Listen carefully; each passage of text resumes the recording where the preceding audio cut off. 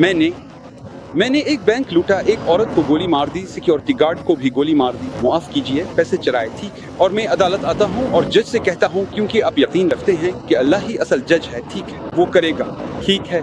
मैं जज से कहता हूँ, जज साहब मुझे अफसोस है।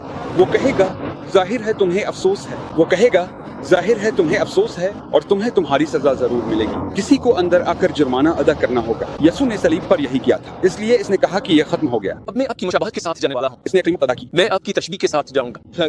जज कहता है कि अगर तुम मुआफी चाहते हो, अगर तुम चाहते हो कि मैं तुम्हें छोड़ दूं, जी हाँ। मेरे बेटे को मार डालो।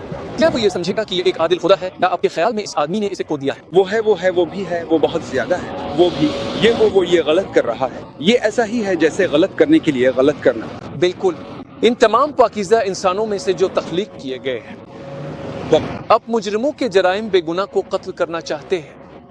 क्या ये इसकी मोहब्बत को जाहिर नहीं करता? ये तो नाइंसाफी को जाहिर करता है। नहीं, ऐसा नहीं है। यही तो इंसाफ है। बिल्कुल नाइंसाफी।